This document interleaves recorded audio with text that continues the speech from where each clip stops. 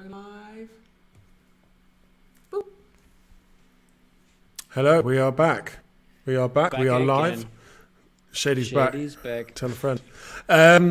So, hello, guys. We are at the final session of AMPjam 2020, and it's been good. It's been good. Bembo's been watching, actually. This is Bembo from Uniquely Geekly. Hello.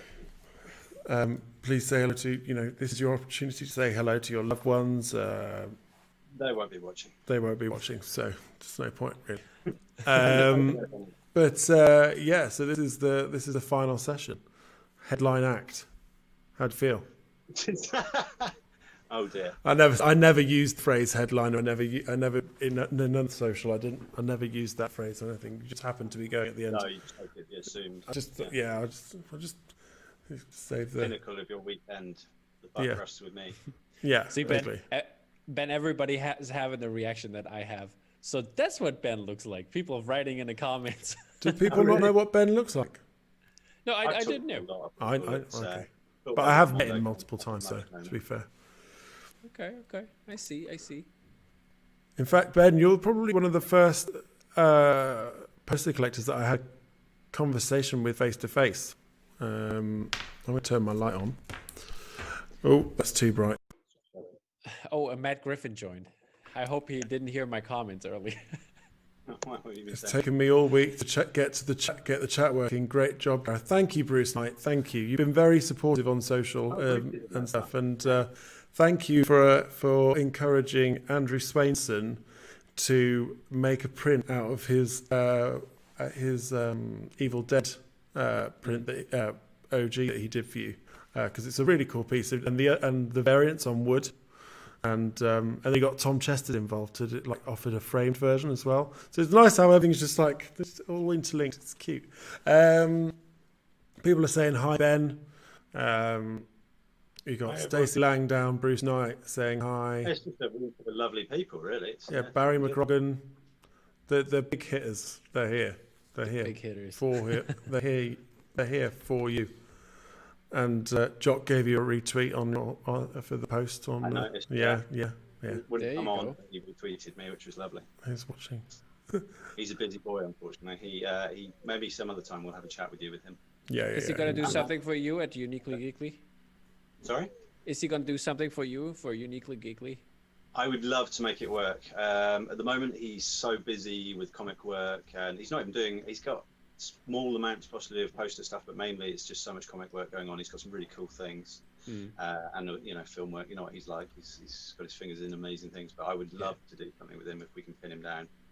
I'm working with Bottleneck a bit, so maybe if there's a license that Jock fancies that they have, then we can work something out. Yeah. Nice.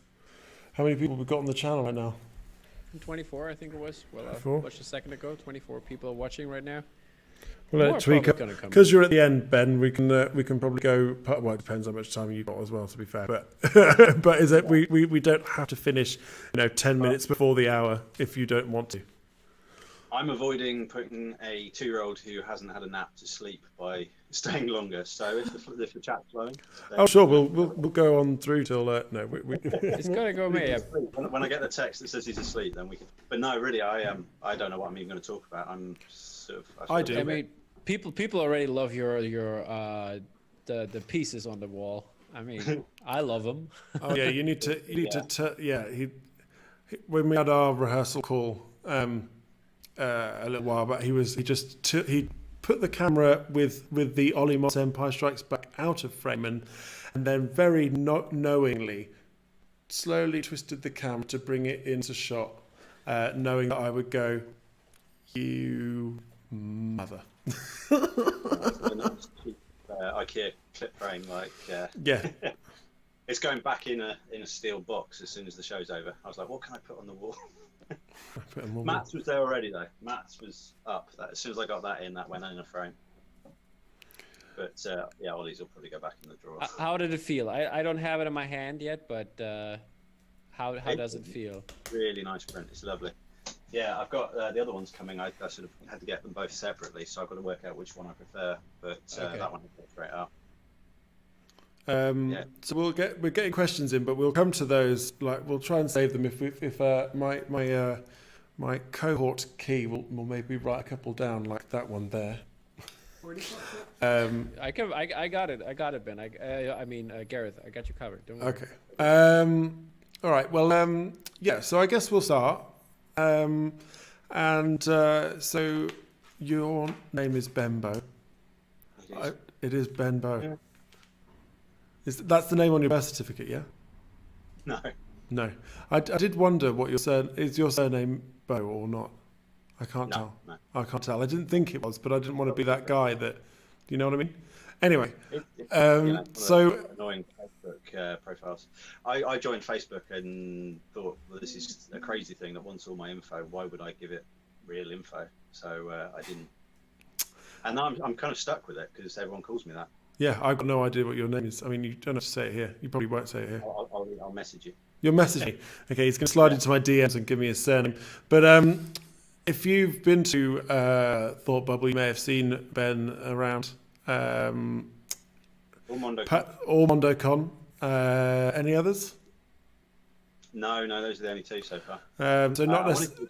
I'd looked at going to the London cons, like with Lee Garbett. I was maybe going to have a table with him at the London Film and Television Con, but not yet. And now there's no cons, so. And now there's no cons except this one. Yeah, I was just going to say that's and why a we're few here. and a few other digital conventions as well. But right now this one. Yeah, you might have seen and on. Recently, obviously, you've done it under a banner of Uniquely Geekly, but you've been standing shoulder to shoulder with the likes of Jock on his own stalls and various other artists, of course, that can be found in your store. So I guess the first question really is, what is it that you do? By the way, Barry McCroggan just come in with something that we are literally planning. Me and Ben are literally planning what he's just asked for. He said it would be great if Ben could do a video tutorial on packing for the FB group. Yeah, we are working on that. That's something that I've put to Ben already, and it will happen. Yes. Everyone has different ways. I've got different ways. I might go longer than I mean to with this thing, but I would ship a Grail differently to how I ship 100 of Matt Taylor's prints. So I might do something no Grail there. There are Matt Taylor Grails, just for the record. Yeah, but it's just if I've got a stack of prints and I'm just printing them out, I try and do it in a way that's efficient as well as it's going to get there in one piece and it's well packed. But then if it's, I like I shipped out a Totoro variant and that. Well, I can't remember what I sold that for. It was over $1,000. Yeah. And that had to go out. I did a little bit more to that. So I've got a technique that I use for more expensive prints, which I think is probably a good idea to share as well. We'll do some basically we're planning. What we've discussed so far is maybe we've discussed doing a do's and don'ts sort of thing, or maybe getting some comedy in there. But there's going to be a thing. It's going to be a thing, and it's going to be on YouTube, and it's going to be very openly accessible. And I also ship flat stuff as well. I ship thousands of pounds worth of Jock's art, and I've got a quite good system for that, so I can share that as well. And he is a fountain of knowledge when it comes to shipping valuable items. How did you? By the way, how did you learn all that stuff? Did you? Was it all experience or?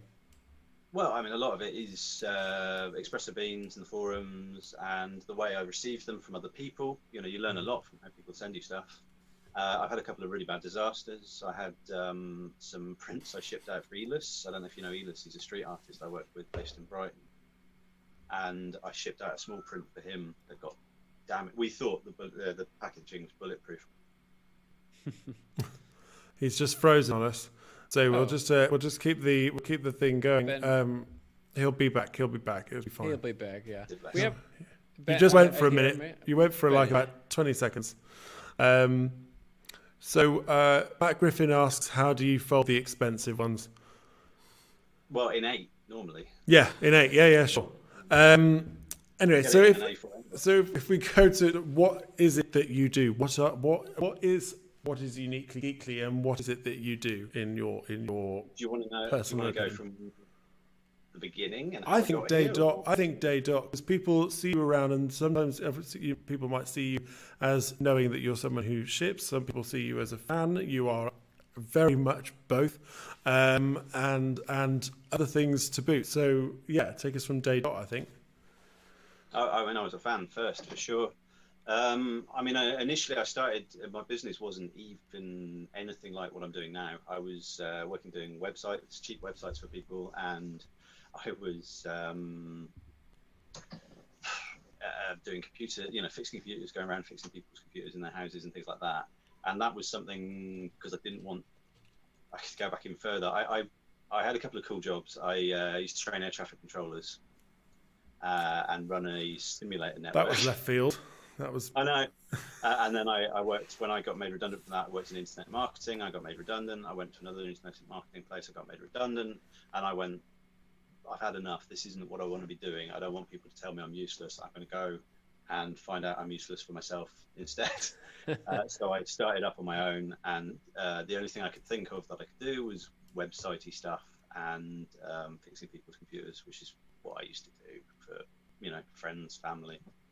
And then I discovered prints and arts. I was involved in a group of people, and one of those people was James Hunt, who was the original artist I worked with, and I loved his stuff. I wanted some. I ordered some from his store.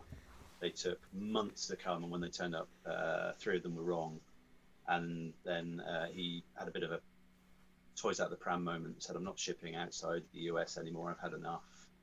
And I thought, well, I could make a shop, I could get prints ordered, I could find out about getting tubes. So I put it all to him, I costed it all up, put it to him, and ended up running his store.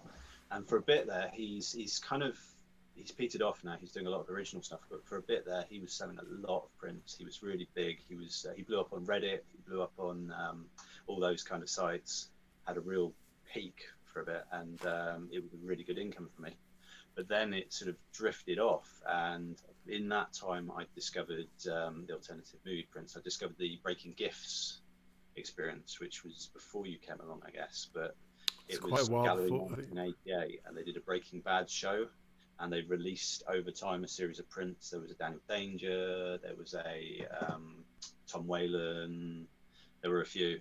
And I discovered these things, and then I discovered how hard they were to get. And I found sort of groups, and I found Expressive Beans, and I got a couple, and I didn't get a couple. And then I found out that there were all these other prints that were around. And I started buying compulsively the things that I don't need, half of which I don't have anymore. But I think you, Gareth particularly, you probably relate to what I'm saying. This need to acquire prints. Things. I need things. Yeah, things. Things are nice. I did have it, and meanwhile I was sort of losing some of this work from James. It was dying down a bit, and I was thinking, well, I've got the capacity to ship for other people.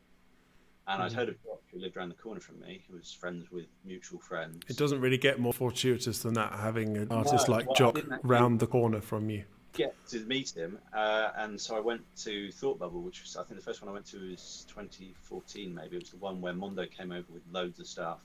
Mike Mitchell came, Jock was there, Matt Ferguson was there with a tiny little table in the corner, his first show, I think, maybe. Bless his heart.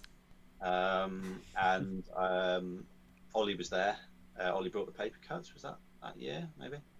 But it was bonkers, and I met all these people who were just names and not faces at the time, who've become good friends, a lot of them, and got to talk to Jock and say, I ship stuff, are you interested? And mentioned it to Ollie, and Jock came back to me a little while later and said, actually, that'd be really handy. We ship stuff on our kitchen table, and I'm rolling prints when I don't need to be. I've got work to do, and so I started shipping for him, and it's just kind of snowballed from then, really.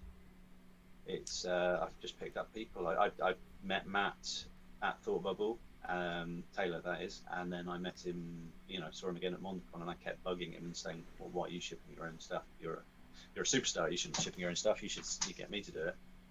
And he's relented, and I've gradually picked up more people, and now I've got Tula again. I talked to Tula at Thought Bubble and mentioned it a couple of times, and then ended up shipping for her. So, I've got quite a few now. but how does it go from doing that, from doing stuff on behalf of the people, to Uniquely Geekly, which is not? It's its own. It seems like it's its own thing. But you refuse to call it a gallery, which is fair enough. You don't have to call it anything. But how do you get there, and what is it? I mean, it was partly, it's something I've been knocking around. I've mentioned, I mean, if you ask some of the people who I've talked to at Thought Bubble and Mondacon, I've mentioned Uniquely Geekly 2 years ago or however long, and said I've got an idea. Couldn't think of a better name was part of the problem, and I ended up going with Uniquely Geekly. Key was asking where you got the name Uniquely Geekly from. She was very keen to know where. It's a habit. When I was doing websites, it was a sign design.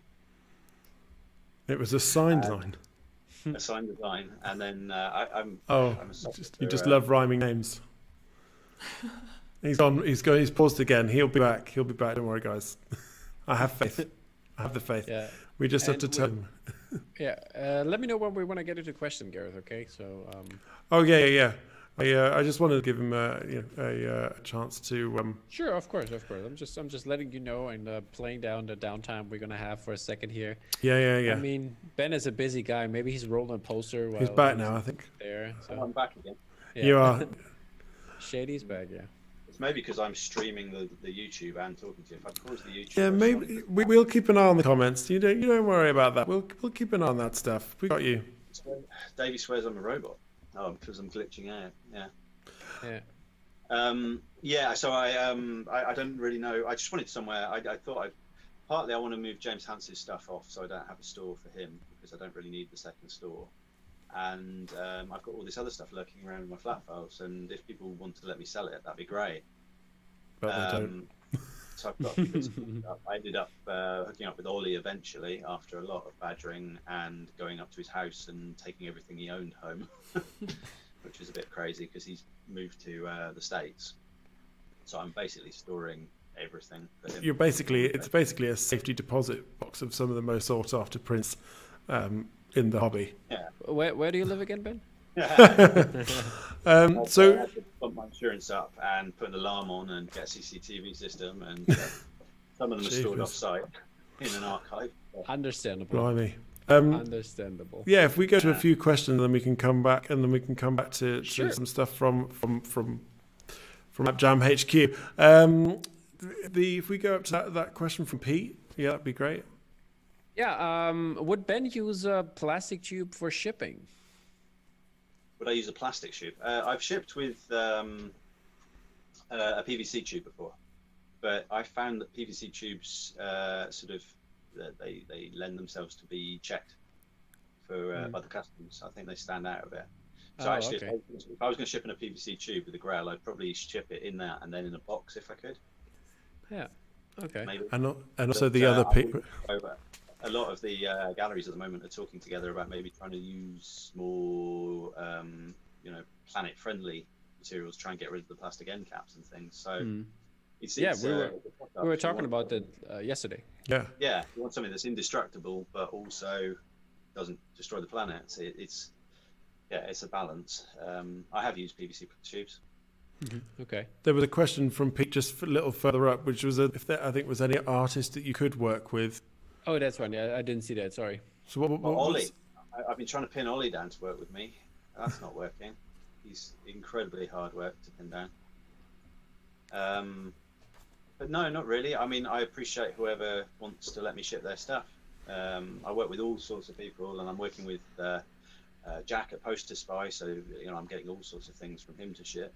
I like the art coming through. I enjoy having the different stuff come through, and it doesn't matter if it's a really expensive piece or it's a £15 print.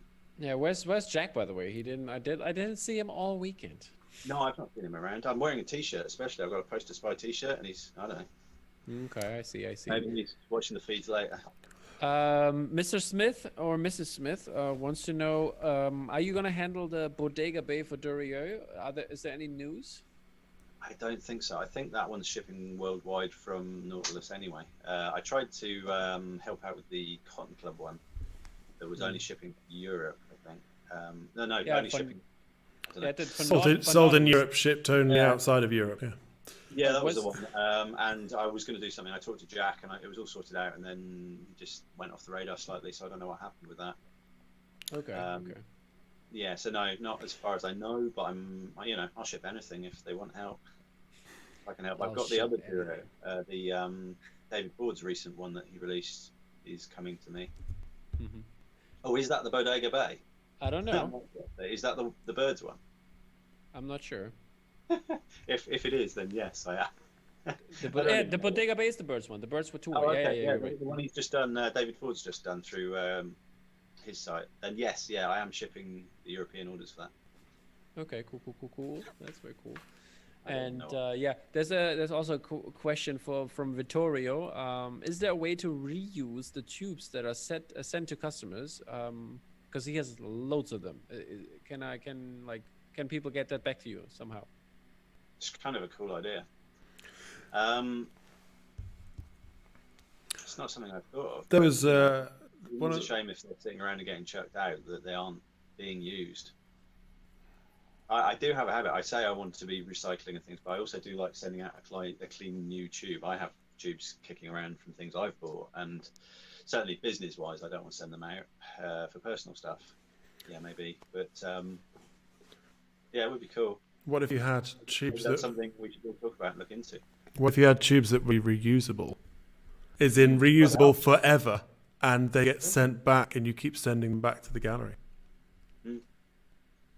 But you'd also use a lot of. Huge amount. We sent them like a slow service. It only cost a couple of quid to come back.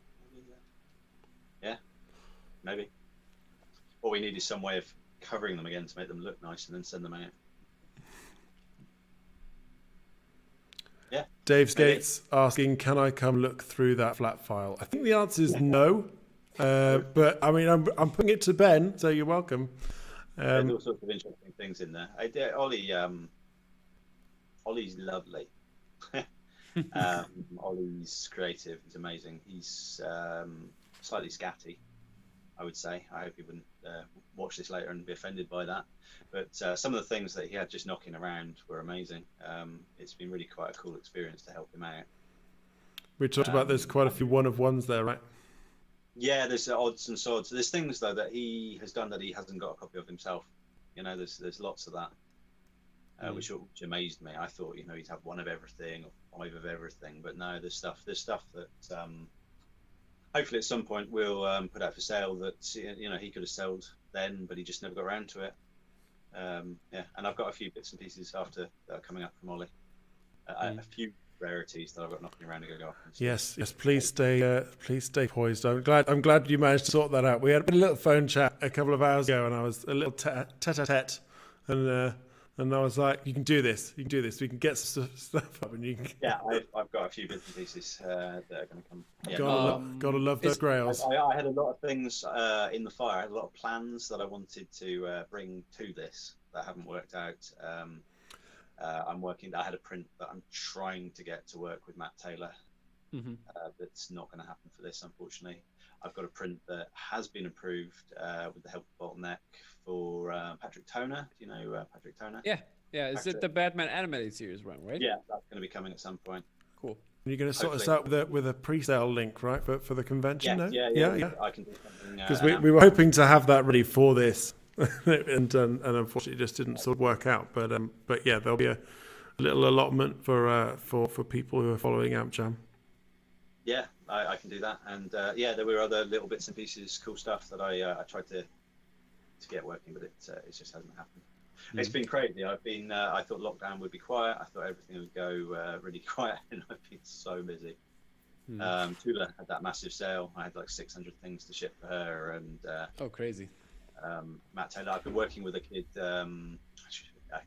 guy in I don't actually know where he lives, but he got in contact through one of the forums. Someone else gave me a message, passed his dad on to me, and he's 15, and he did a print for Tyler the Creator. Oh, nice. And it got tweeted. He tweeted it, Tyler the Creator. So this lad put it up for sale for a 3-day sale and sold 550 of them and didn't know what to do. So I shipped those for him. And then he's done a couple of other sales. He's done one for Frank Ocean, and he's done a Cause slight knockoff one that I've shipped for him. So that's kept me busy, along with Matt Taylor having a couple of sales and. Yeah. Oh yeah. By the way, I got the X-Men and the Pan's Labyrinth. When is that gonna come out, Ben? Oh, the X-Men is literally in this drawer here. All right. That's coming. I'm waiting on that. Okay, yeah, they're coming. I literally got them out of the box yesterday. They arrived a couple of days ago. So I've got Ethan Sharp's Perfect Blue. Is it? We should keep forgetting the name. It's Perfect Blue, yeah. I've got Perfect Dark, Perfect Storm. It's Perfect Dark, strong game. People ask if you're gonna also maybe have some more than prints in your store. For example, like pint glasses. I mean, if it can't be shipped, you ship it. I thought. Yeah, shipping stuff. Working out shipping in the store is really painful when you ship prints, because if someone wants a mug and a print, then you've got to do 2 shipments, and that's a struggle trying to work out the best way. I've got Hellraiser Pins. I'm going to be doing Hellraiser Pins. I had a box of them arrive the other day, and they were going to be going on the store soon. I've got a selection of their pins. I'd like to do mugs and bits and pieces. I've actually put an idea to someone for an image Ollie did as a mug. Okay, cool. I don't know if I'll get approved for it. It's early days. Yeah. But yeah, I'd like to do some more stuff. I've talked to Jock about doing stuff with images that aren't licensed that he's done, to see if he wants to come up with any art. Matt's been coming up with some cool stuff where he's been doing locations in the States, and I've suggested if he wanted to do anything like that. Yeah, maybe. I'd like to just fill the store with cool stuff and sell it and ship it. Yeah, I mean, was that always, for how long is that process, that idea that, oh, actually, I could also get quite creative with this, you know, like uniquely Geekly doesn't have to be something that's simply selling things that sort of already exist, you know, it's an artist's allotment of prints, you know. Well, I mean, there's places that are doing a lot of stuff that. Oh, we've lost him again. He will Ben be back. is gone again for a second. So, yeah, we get a couple more. There he you is. are, back again. So you're saying? Yeah, there's. I'm trying to find something that other people don't do. Like I'm thinking about doing pin boards. I've been talking to someone. I got some cool pin boards and thought, well, that's something I haven't seen other people selling. Yeah, that's interesting. I have too many pins in bags that could be. Yeah, well, I've actually got some on the wall at last, which has been fantastic. Yeah, but. I thought you froze again. No, I got a message. He's going to start faking out on us from here. Yeah. I was wearing anything below the waist. Which distracted me slightly when it popped up. Yeah, I don't know. It's the problem is partly that I'm so busy shipping stuff. I don't have enough time to devote to sorting the store out. I can do with an extra set of hands, an extra bit of time. With lockdown on, we haven't had any childcare because my partner's dad is quite vulnerable. My mum's looking after my gran, who's 103. So That's Great age. yeah, it's a Good age. innings, So, 103. yeah, exactly. So we've not been able to do much. I've been, part of childcare. She's been working hard as well. So it's a tricky situation to actually have enough time to devote to the store and to ship out all the stuff I've had to ship. So I'm hoping once we get childcare sorted and get back to a bit of normality that I can start concentrating on the store. yeah. And I'm trying to work out if I'm at the point now where I make the leap into maybe getting out of the workshop at the back of my garden, which is great, but maybe I get premises and I get someone in and I start. But it's a big leap to take. I was going to ask, there's no potential humidity issues in a shed. Well, it's I call it a shed and I get told off. I built a studio. It's a purpose-built studio. I built myself, and it's I've got an air conditioning unit with a dehumidifier built in. Okay, he's thought this stuff through. This is Benbo we're talking about. This is Ben Bo. We don't know what your surname is, but you're going to DM me that. Pete Hendricks is asking about any tips from Ben with working on a license with an artist. I'm not sure if he's asking how to get a license really, or. I'm not I'm not. I haven't done anything licensed. You know, I'm learning. I've been. I've got some very patient friends like James Henshaw who's helping me, and I've been working with Joe at Bottleneck, who is very, very friendly and very nice. Yeah, and he's a very good guy. Yeah, he's very generous with his licenses and helping out other people, which I really, you know, it's been great. But I'm still early days. I'm still learning. I'm still trying to work out what you can and can't do. And I didn't really set out to. There's a lot of other people trying to do licensed things. I didn't really set out to do that, but it would be cool to have a couple of licensed things here and there on the store, as well as other bits and pieces, and yeah, see what happens. Sure, Basically. cool. Any more questions? Anything that you picked up on here? Nothing too fancy. Just any tips from Ben with working on a license with an artist? Is Pete is asking that, and the other one is basically, hey, give me a collection. And so I want to grow my collection of prints with themes outside of movies. Okay, yeah. Yeah, that's basically so. I've got stacks of like art in here that's not mine, and then I've got my own stuff in here as well. And half the time I haven't got time to sort out my own stuff and go through it and all these little bits and pieces knocking around. I'd love the time to devote to actually work out what I've got. Yeah, Bruce Knight is asking for a tour of the shed. Yeah, good. That's a good question. So can we see something? It's not very tidy. It's okay. We're just gonna look at the art anyway. I've had so much. There's not a lot of art on the walls. So I didn't have enough walls because of the storage. I'll do toys as well, so don't worry about it. We can have a look at the toys, I suppose. But yeah, it's not very tidy. I'm actually, my plan is in the next couple of weeks to rip everything out. You know how I built the shed myself, I laid it out, and I worked out my workspace, and I've realised that it doesn't work. So I'm now going to pull everything out, rebuild, and work out more storage space. And I'm building a shed outside for tubes, because I've got hundreds of tubes. I wonder if I can flip this video. Is that possible? Yes. Tom Chesters is now in. He says, evening all. Totally got the wrong timings on this. Well, you have had them for quite a while. No, I'm joking. You haven't for that long. I only put them out a week ago. I think the house behind is the Ghostbusters garage. Yeah, it is. In Lego, right? Yeah. Lego. And there's some sideshow, or what's that? The sideshow Boba Fett, and then you've got Mike Mitchell's Groot and Rocket. Oh yeah, I got that too. In the back. We've all three of us have got that. There on this thing. Yeah, I have you. Yeah, cool. Lights on here. All sorts. Was that the Stay Puft, S'mores Stay Puft? That's pretty cool. Jock's Batman. There you go.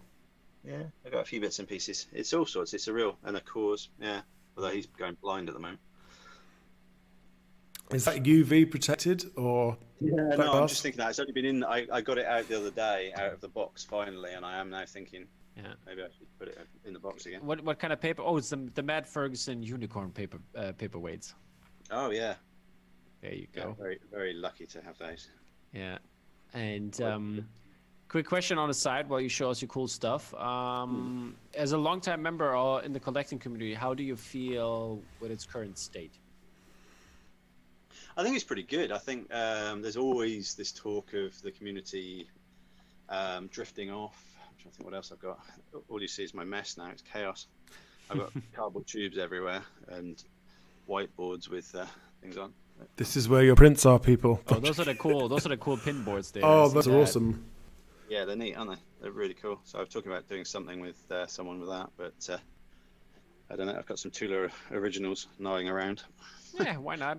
No biggie. No biggie. New print I'm shipping at the moment for that lad I was talking about. Oh yeah. But yeah, all sorts, and then loads of cool stuff in the drawers. Is that which I'm not going to show you for insurance purposes? Yeah. All right. And there we are. There we are. There we are. So I wasn't going to show you that because it wasn't tidy enough, but you forced my hand. Yeah, I All good. I just looked at the cool stuff.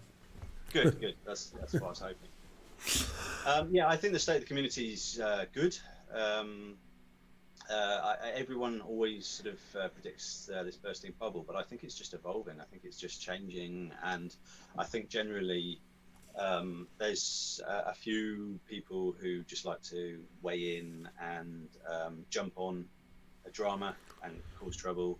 But generally, I think the main part of the sort of group of people that we're involved with are really lovely. They're really nice, and people help each other out. And people, I haven't had many people who've been particularly nasty to me in this.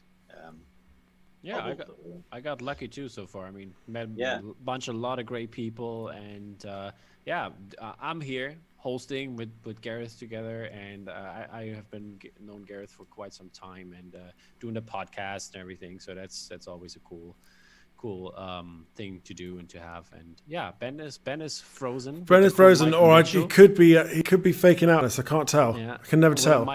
It's just always with like it's.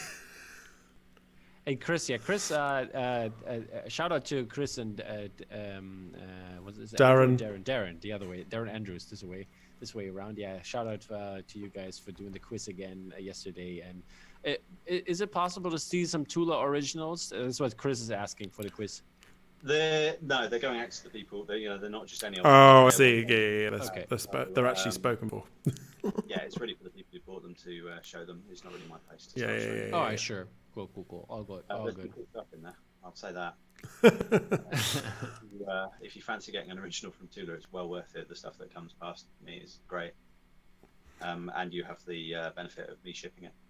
Yeah. Once I get her to send it to me, which is once it arrives with me, then it goes pretty quick. Yeah.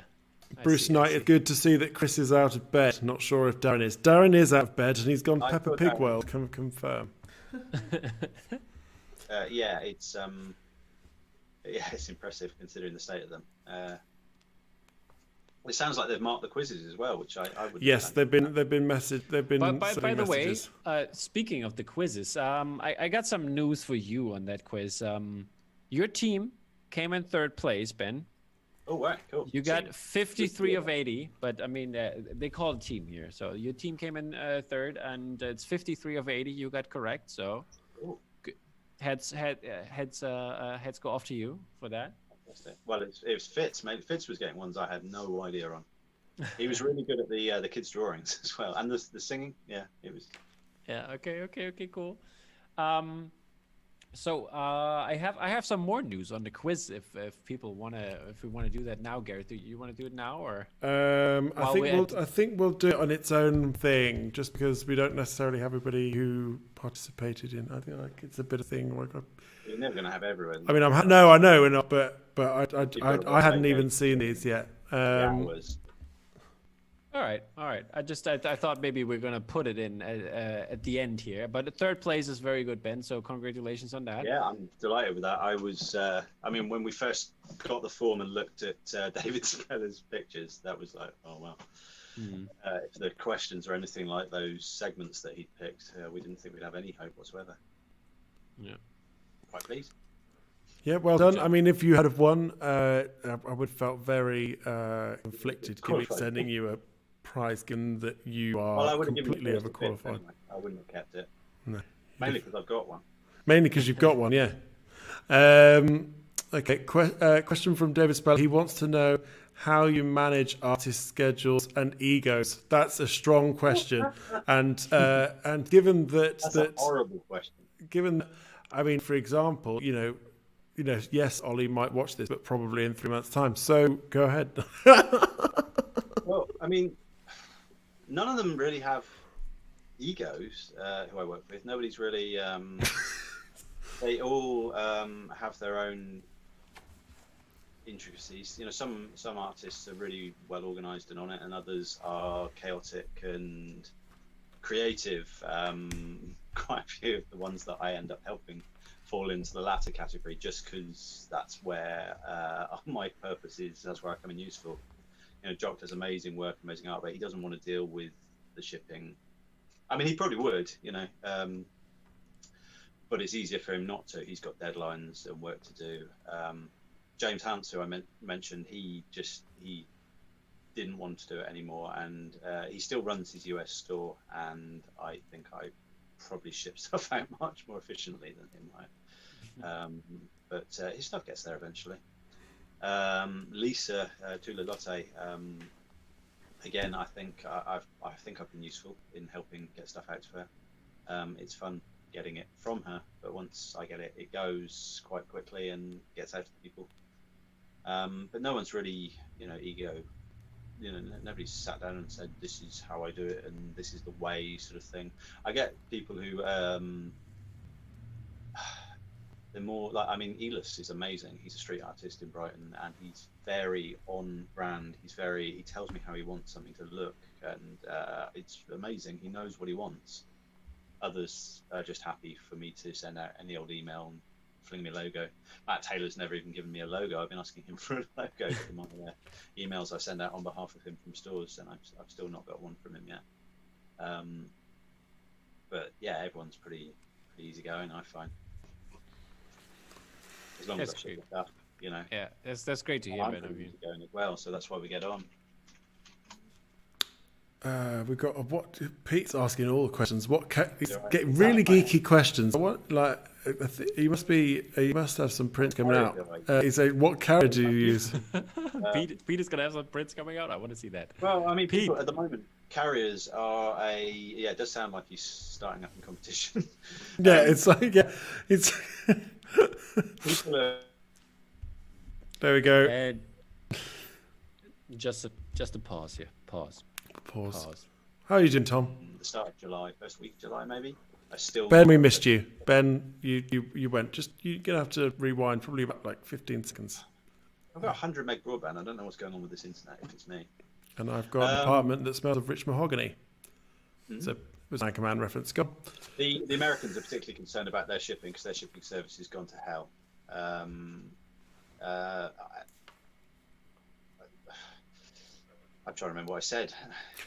You've confused me with, but that's why. The stuff I shipped for Tula, I shipped at the start of July, is still arriving now. Some of it. I had stuff that, like the other day, someone said, "Oh, that thing you sent me in April's turned up." So I'm not using the Royal Mail to ship to America because the USPS don't get there. Yeah, why Ulga's just said, how does he cope with USPS problems? So the answer is they've stopped. He's stopped using them. Yeah, it's a shame, but I'm using UPS and I'm using DHL, particularly for the States. But where possible, it's really nice to get the art from me to the people in a few days' time, rather than it sitting for weeks traveling. The US was still taking 10 days, 14 days, 3 weeks sometimes, even before this trouble started. So I quite like the UPS. I shipped a tube to New York a while back. I shipped it on a Thursday at 1 p.m. I dropped it off and it arrived before 12 the next day in New York. Wow. It's hard to beat that sort of level of service, but it costs a bit more. I've managed to, thanks to the volume I've been doing, I've managed to nail down the prices a bit, and I'm passing that on to the artists where I can. Nice. I don't make a lot. I don't make a lot on the packaging and the shipping and stuff. I charge a fee, which people who are involved in various commission groups that I've been shipping for will see, because I state clearly what I make. I try to be fairly open about it, and I make a few pence here and there, because there's always variances when you buy tubes. If you get 250 instead of 150, you'll save a little, but generally I just make a fee. Maybe not a big enough one, I don't know, we'll see. So what you said about Eda. So I mean, and people are saying that the people are mentioning Elis in the comments, but how did Elis come? Like, how did that happen? Because you mentioned other artists where it's like, obviously you mentioned James Hans, who's obviously not necessarily a poster artist or whatever, but how did a relationship with someone, because he's he's a much celebrated graffiti artist, and it's some of this stuff is sort of considered almost sort of fine art, Yeah, well, Elis, I shipped. I've been involved in 2 private commissions, and I shipped them as well as being involved in the commissions. And he was happy with the way I'd shipped them, and I said, well, if you want someone to ship your stuff, I'm here. And that's how that happened.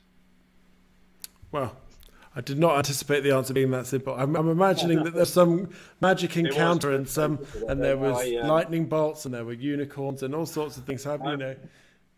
he wanted to know what I did, and you know, I saw that everyone got the stuff and that it went out, and we talked because, as I said, he knows what he wants. So he talked to me and he said, you know, I want it shipped. Like, how are you going to ship it? What are you going to do? How are you going to prepare it? What's it going to look like?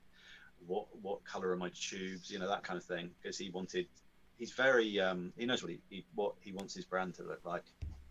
And I think I passed the test, and now I ship for him. Apart from the slight cock up where a load of things got damaged, it's been really good. I've really enjoyed working with him, and the only problem is every time he sends me something new that he wants me to ship, I have to not buy one, which doesn't always work. Chris Gibson has commented on the glow of my skin, which is great. Yeah, weekend had, it's amazing.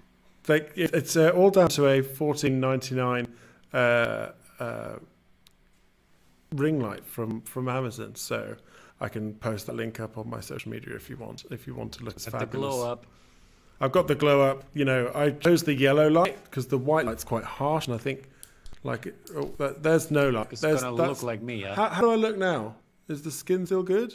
I don't know. Nick, let me know. There's white and there's a few colours there. Anyway. Yeah, the coloured one definitely. Yeah.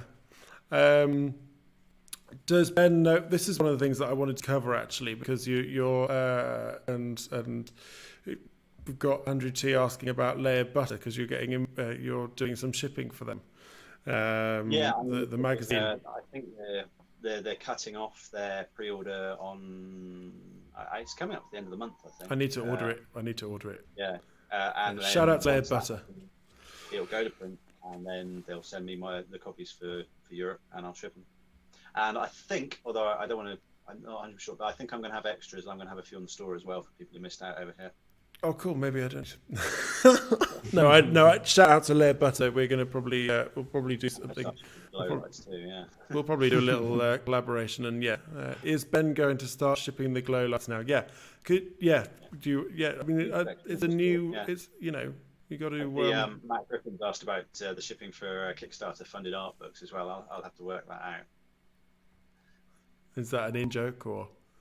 I believe there may be a Kickstarter funded art book somewhere. I don't know. There's a Kickstarter funded art book. You're being very what? This is. I don't know. I think we might have talked about it. I can't really remember. Wow. Okay. I couldn't even work out the Durio print I was shipping. So, he's got a lot of fingers and a lot of pies. As Bembo. Literally. I will ship anything if I can.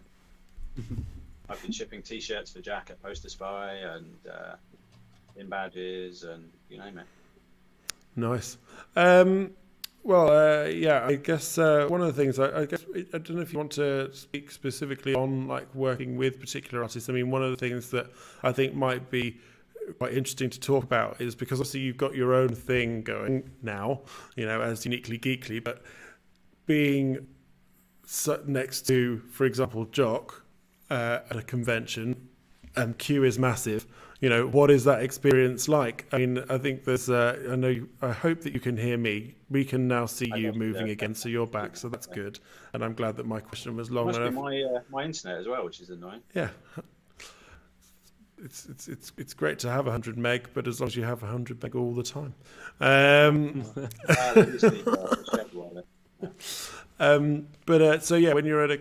you're at a convention with an artist like Jock, where I saw 2 years back at Thought Bubble when it was in Leeds, and the queue just going on for ages. What is it like? And I think you do have quite a funny anecdote. I don't know how to set this up, but basically, sometimes people have mistaken you for Jock. Is that right? Yeah, I've been asked. I actually made a badge one time. I made like a Dread badge that just said "Not Jock" on it. And Jock was going to get a T-shirt saying "I'm not Benbow," but he didn't get around to it. He was trying to get one made. But I've been asked to. Often people come up and say, "I love your work. Will you sign this comic for me?" I'm like, "No." Gets in this book. You could say yes, but it may devalue the prop.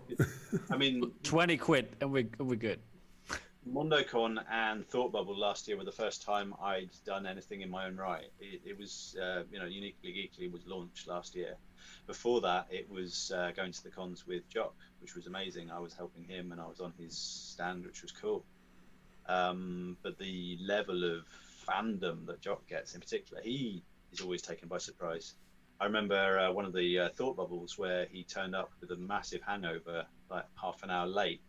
And as he walked in into the table, he said, "Who's that queue for outside?" And I was like, "Well, that's your queue." Sit inside and try and not vomit while he dealt with all these amazing, fervent fans that he gets that are really lovely. They bring tons of stuff to him to sign and have tattoos of his work on them, and it's really cool. And it's really weird being, they're telling me how lucky I am to work with them. And to be honest, I'm all right now. But when I first got to know him, I'm a fairly anxious person. I like MondoCon, I thought I was going to vomit before MondoCon. I'm going to come to asking you about MondoCon, but yeah, continue. Okay, but yeah, any of these things, I'm pretty nervous. I don't intentionally put myself out there to go and talk to loads of strangers. It takes me very much out of my comfort zone. I always enjoy it. I'm always glad I did it. But at the time, I'm a pre-warrior, I think. We won't talk too much about sort of anxiety and stuff, but I'm a post-warrior, and it's usually I say something and then all I can think about is what I just said.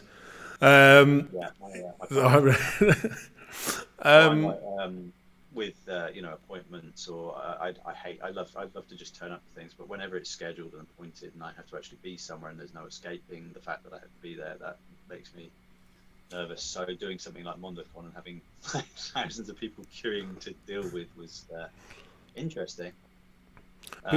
People are making suggestions that I don't know if this is about Jock having been incredibly hungover, but we've got Bruce Knight saying vomit remark, and Ian Fraser, who of course is a good pal of yours, saying spew variant. Either of us could have done it, yeah.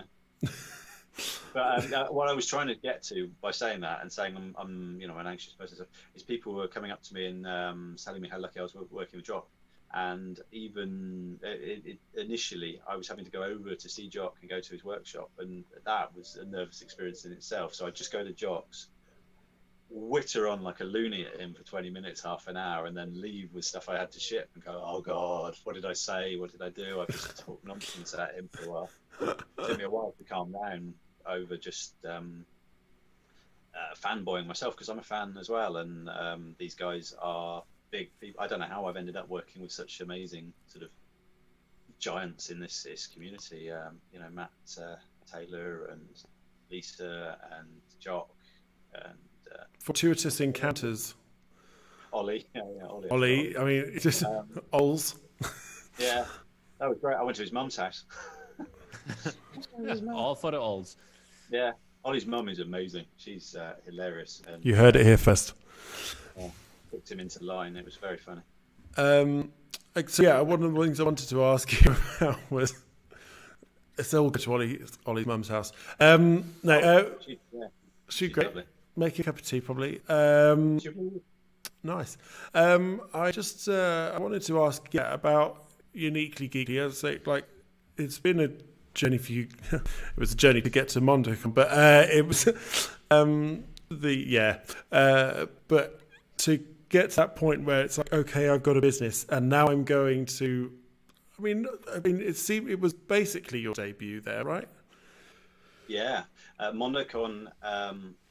If it wasn't for some very lovely people, the Steinbergs, Richard and Rebecca, Emily McCallum, Lyndon Willoughby, some saints you're listening here. They all helped me when I wouldn't have had a stand up if they hadn't. Like Rebecca went, "Look, Ben, this is enough. I'm taking charge. Put that there. Do this. Do that." And then she stood in front of my stand and shouted at the queue for 2 days and made them. She made us eat. She's like, "Right, the store's closed. They're having some food," and things like that. She was just.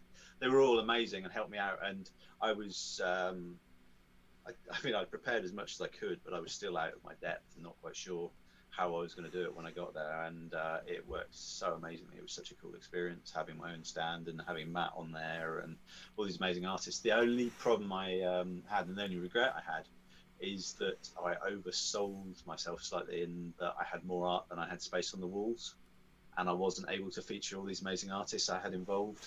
I had some really cool artists send stuff, and I wasn't able to give them the prominence I would have liked to, which was, a learning experience. It was the first time I'd done it. So, but yeah, it was a really cool experience, and it's always cool. I mean, that was my 4th MondoCon, and the people are always so warm and welcome. They take me out, and we have fun, and we go to these crazy movie events that Mondo put on, and parties and stuff, and eat lots of barbecue food and have an amazing time. And Austin, that's great, man. I mean, I talked about people having a soft spot for you, and I don't want to focus too much on that, but you mentioned Emily McCallum. She's an admin in one of the bigger Facebook groups. Yes, Mondo Trader. I wasn't going to say it, but yes, Mondo Trader. Yeah, like when I told her, I'm planning this convention and stuff, and I just thought I wanted to let you know. And she went, "Did you ask Bembo if he's going to be part of it?" I was like, "Yes, he was one of the first people I messaged. Yes." Where's Emily, by the way? I didn't see her. She's I don't know. She has been supportive and stuff. I haven't seen her in the comments. Emily, come on the show. Her first thing was, "Have you asked Ben?" And do you know what? She even was like, "Oh, and he could do all the shipping for all the artists at your convention." I was like, yes, Bembo had already mentioned that he could potentially do something like that in the future. Yeah. She's so got your back. She's going to be doing some shipping for me in the States. Yeah. She's going to be doing some stuff for Sunny. I'm working with Sunny Day as well. I can't remember all the artists I work with. Best name, Sunny Day. Best name. Yeah, Sunny's the loveliest of fellows as well. And we're going to be reopening his store soon, and Emily's going to be doing some shipping for me. Emily's the best, along with all those others that are the best. Matt Herdman is appreciating the 5 minutes that you spent searching for a Thanos pin for him. Yeah, I read that and just think that's more down to my lack of organisation in the pin box. Yeah, I did that all the way through MondoCon. That was Emily's job. To be fair, he wasn't organised enough. To be fair, he wasn't organised enough, and he wanted your money. No, it's because I'm not. Yeah, I should. I saw other people have these boxes of pins with all these lovely little sections with their pins in. I just had a load of bags. That is the worst freeze so far. I mean, that is just stunning. Can we just bags? Huh? Let's just. Oh. There he's back again. Shady's back. Yeah. Do we have any? Should we invite some more questions? Obviously, we're coming up to the hour mark. Yeah, there haven't been that many questions. I didn't know what I was going to talk about. I didn't think I could fill 15 minutes. So apparently. Yeah.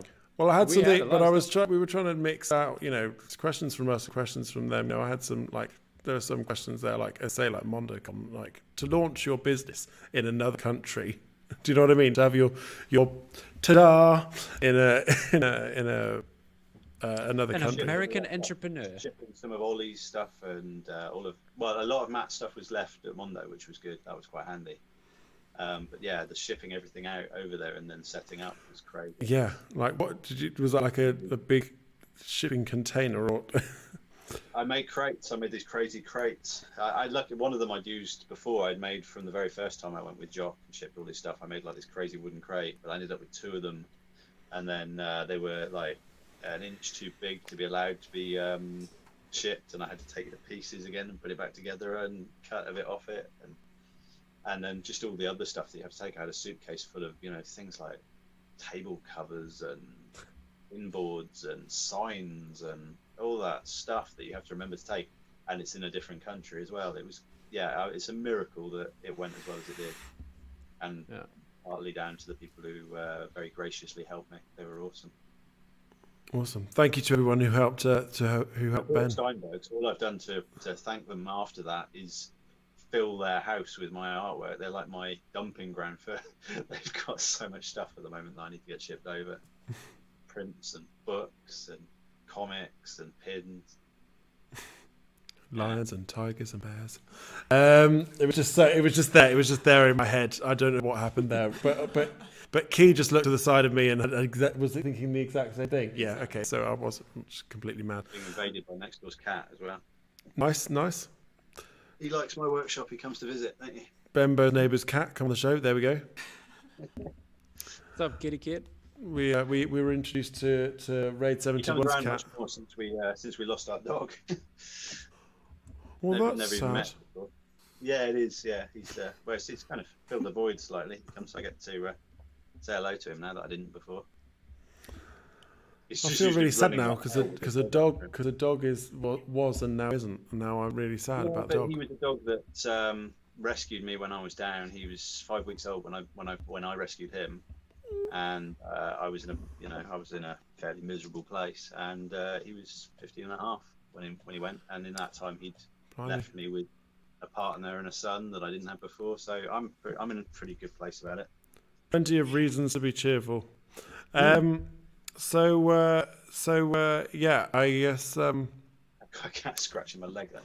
I guess we'll open it to see if anybody wants to ask any more questions, and then obviously we'll talk. We'll just maybe talk a little bit about the stuff that you're about to drop on your store, and then I'll just say a few words about the end of the first AMPjam.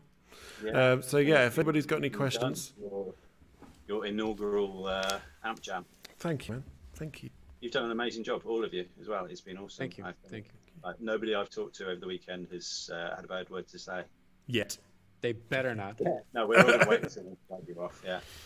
No, it's we're impressed, and it's going to be fun seeing how it goes forward as well. Because I think, much like I was talking about MondoCon in that first show, I think you've probably learned a lot. Yeah, I've learned a hell of a lot. What you carry forward, and a lot has happened in the past week that I was just like, oh, this is going to lead to this, and this could be this, and this could be that, and it's just like, take it slow, but also very excited. Not a question, but you've been ace, Ben. Sorry, Tom just saying that you've been ace. Oh, that's very nice. Very nice. Sorry, I interrupted you there. I was gonna. What was I going to say? You've... I don't know. Sorry, I think it's because I'm just really overtired that I keep talking over you, and I've been really sorry to all I the was going to say viewers. I've got a year to be more prepared for the next one as well. I will net. New stories, new prints, everything is going to be new then. Yeah, exactly. If I do manage to get anything approved, I'll just save it for this, just in case. Nice. You heard it here first, guys. That was an exclusive. Yeah. Or Ollie print. I finally managed to get him to work with me and do. I'll save it for AMPjam. Oh, hell yeah. That would be incredible. But people are just coming in with saying nice. People are saying green screen next time. Well, you want me to use a green? What's that about? Me? I was going to take a photo of my workshop tidy and then just like superimpose it over the. I thought they were going to turn up. They didn't turn up on Friday. I've got 560 tubes turning up on Friday, but then they didn't arrive. Luckily, I was like, "Where am I going to put them all?" I'm building a shed at the moment for them to go in, but that's not done yet. You know how earlier you said that you were building a studio, that you've got a studio that you call a shed, and now you're saying you're building a shed. Is it actually an industrial hangar, but you're calling it a shed? It needs to be. When I've got this, we've already got tubes in our attic. I've got tubes stored in here. I need more space for cardboard tubes and packaging materials in general. Given that I mean, people have asked quite a few questions. What's your favourite piece in your collection from Bruce Knight? So we'll do that as the last question, and then we'll just talk about a little bit about the stuff you're about to put on the store. And so what's your favourite piece in your collection? Really cool stuff. I've been really lucky to get some cool stuff. I've missed out on a lot of cool things as well over time. I had a Jaws, Durio Jaws in my in the basket, and I couldn't work out if I liked it, and decided not to buy it. It's like Sweet move. I don't know. I've got bits and pieces. I've got little bits and pieces like. Hang on, 2 secs. I was very lucky. Jock gave me this for Christmas a few years back. Oh, that's nice. That's the original for the Christmas card he did when he was working on Star Wars for the people at Lucasfilm. Blimey. That's pretty sweet, man. Yeah, that's a pretty cool thing to own. My favourite print that I've got up is always. I mean, I love Dan McCarthy. I've got Dan McCarthy's ET on the wall in the living room. I love that beat. And I've just got loads of cool little bits and pieces that I like geeking out on. Yeah, I mean that's what we are in the end, right? Geeking out about their cool stuff. The Jungle Book's very cool. I love his Jungle Book. He gave it to Albie, my son, actually. We've got to get it up on the wall. Nice. Yeah. I've got some original comic book art from Jock as well that I've been lucky to. He gave me one of the original covers for The Losers, which I love that he did. And I also got one of the interior pages. It's pretty cool. Wow, that's cool. Yeah. Okay, cool. So, you've got some stuff. Oh, no, there's something else. There's more. There's my Durio. Ghostbusters. Oh, yeah, that's flex right there. That's a flex if ever I saw one. I'd get Matt's out as well. Matt did me an awesome Ghostbusters, but it's buried in a portfolio. Of the Ecto. Yeah, the Ecto one. Yeah. So, you've got some stuff that's about to drop on the Uniquely Geekly store. That's uniquelygeekly.com. Would you like to spell that for people? I can spell it if you want. I can spell it out if you want. UNIQU. No, okay. No, that's fine. It's fine. As long as you get Geekly instead of Geeky, which is what Matt Taylor kept tweeting out when I first started it up. I've trained him up now. But... It's another classic. It wouldn't be this dream without another sweet freeze frame. It's okay. It's probably the last freeze frame. We'll get that in. I'm just going to take a photo of that there, so for posterity, that's going to go up on the Twitter account. He's back. We missed all of that. Sorry, you went again. I said I've got some rarities by Mr. Ollie Moss that I'm going to drop a few little bits and pieces. They're going to drop some moss. We'll tweet the link. We'll let people know on Twitter. I sold everything I dropped for Matt Griffin earlier went really quickly. Nice. I'm happy for Matt. People were very, very warm towards Matt. I think I think that people were, during the conversation we were having, people were like, I want to buy something from this guy. He's so nice. Tom Kestage for a print. Yeah. He's lovely, and it's been lovely working with him. He was very. That's why I asked the question I did about whether he feels he's more set in his position in the. Yeah. He was very, very humble and very. He didn't expect to sell anything. You know, we're putting these prints up, and he's like, "Oh, I don't know if they'll even sell, if people will like my stuff." And then I switched the product on, and it's like, boom, gone. Yeah. It's like your stuff's going to sell. Bottlenecks, gone. It's his work is amazing, and he deserves the success that he's getting. And you can expect some APs of some other cool prints from him in the next few months. Yeah, I've got a few APs inbound. I've got some things that Matt Taylor's done coming at some point. I'll have some more from him. Not a lot more though. He's not got more on this year really. It's you heard it here first. Yeah, well, I don't think he's got jobs on, but I don't think there's a lot of prints that are going to make it to then get me the APs. Yeah. The end of this year. There's a couple of things. Jock, I think he might have maybe something going on, but generally poster-wise, he's been very quiet because he's been working. He's got really cool comic stuff going on. And bits and pieces that I'm not allowed to talk about that are really cool when they happen. But yeah, more from Matt will be awesome. I'm looking forward to seeing them in the flesh again, because everything he's sent so far, the June print, I've got no interest in June whatsoever, which I'm sure he's disgusted by, but his print is beautiful. It's really lovely, particularly the foil one. It's really subtle. And the Iron Giant print is gorgeous. So I'm excited to see what the next ones look like. That's one of the bonuses. Even the stuff that I might not necessarily buy gets to go through my hands, and I get to look at it and see people's stuff. Like the Tula's originals, I get to look at really cool bits of art and then send them off to people who are going to love them and hopefully keep hold of them and put them on their walls, which is really nice. Which is why I want stuff to get there in one piece. Understandable. We just had a tweet from. This could be really cool, guys. Jock's just messaged and asked if he could hop on. Yes, the answer is yes. You can. That's gonna be tricky because he's ringing me. He's ringing you. Get him to get. Somebody get him the link. We'll get He's him the on link. Zoom. We'll send him the Send him stream. the link. We'll send him the link. Send him the Zoom link so he can get in. Oh, that means he's been watching. What did I say? Did I say anything horrendous about him, or have I been complimentary? I called him Scatty, didn't I? That's not good. Scatty. Well, I called them all. We're gonna send him the link via Twitter. So we'll just. I talked about how nervous and uncomfortable I get when I go around. Did to you see just him, tweet him 'cause I back would saying feel- yes? That's cool, isn't it? Like just at the end, literally. Oh, I thought you were safe. Huh?